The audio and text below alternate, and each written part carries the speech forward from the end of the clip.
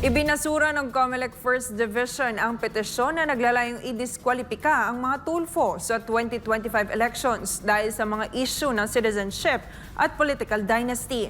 Dahil sa kakulangan ng mahalagang dokumento, hindi nakalusot ang petisyon na naglalayong harangin ang kanilang kandidatura sa 2025 elections. Si Margot Gonzalez magbabalita. Matatandaang si Atty. Virgilio Garcia naghain ng disqualification case laban sa mga tulfo na kinabibilangan ni Erwin Tulfo, Ben Tulfo, Wanda Tulfo Teo at dalawa pa nilang kamag-anak. Sir Erwin at Ben ay parehong tumatakbo sa pagkasenador habang si Wanda naman ang first nominee ng Turismo Party List. Ang mag-ina ni Senator Raffy Tulfo na kasama rin sa petisyon ay mga kandidato naman sa lokal na posisyon. Sa inilabas na kautusan ng COMELEC First Division, ipinunto nito na bigo ang petitioner na magsumite ng mahalagang dokumento kabilang ang certificates of candidacy ng mga respondent na mahalaga para maberipika ang impormasyon tungkol sa aligasyon. Dahil dito, hindi rin daw mabiberipika ng COMELEC kung naiparating sa mga respondent ang reklamo para sa pagkakataon na makasagot sila sa petisyon. Ayon kay COMELEC Chairman Atty. George Garcia, naging mabilis ang pagbasura sa petisyon dahil sa technicality. Dahil dito, hindi na raw kailangang dumaan pa sa mas malalim na deliberasyon ng kaso. So ano po ba ang pinaka-number 1 ebidensya ng isang tao ay isang kandidato? Hindi po ba yung certificate of candidacy?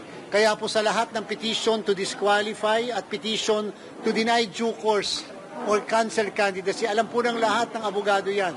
Na number 1 na attachment dyan ay ang COC nung mismong pinapadisqualify ng mga kandidato. Sa kabila nito, nilinaw naman ng COMELEC chief na may pagkakataon pa ang petitioner na umapila at iakyat ang kaso sa COMELEC Anbank para makapagbigay ng paliwanag kung bakit hindi ito nakapagbigay ng mga kailangang attachments.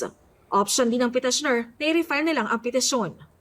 Dapat mapag-aralan ng mga abogado o yung ng counsel ng petitioner kung ano ang pinakamaganda nilang option. Basta sa part po ng COMELEC, ano man po yung option nila. Again, katulad din po ng iba, we are going to decide immediately on the cases. Agad namang naglabas ng pahayag si Erwin Tulfo matapos ang desisyon ng COMELEC First Division. Lubos ang kanyang pasasalamat sa naging hatol ng dibisyon, lalo na anyat mula ito sa patas at makatarungang proseso. Bagamat nalusutan ni Erwin Tulfo ang isang DQ case, may isa pa siyang disqualification case na kinaharap sa COMELEC. Matatandaang mayroong magkahiwalay na disqualification case na isinampal laban sa kanya dahil sa issue ng kanyang citizenship, political dynasty at sa kanyang dating conviction sa kasong libel. Sa ngayon, ang kasong ito ay hawak na rin ng COMELEC First Division. Asahan nyo rin po na hopefully by the next week baka magkaroon disposisyon ang COMELEC Division.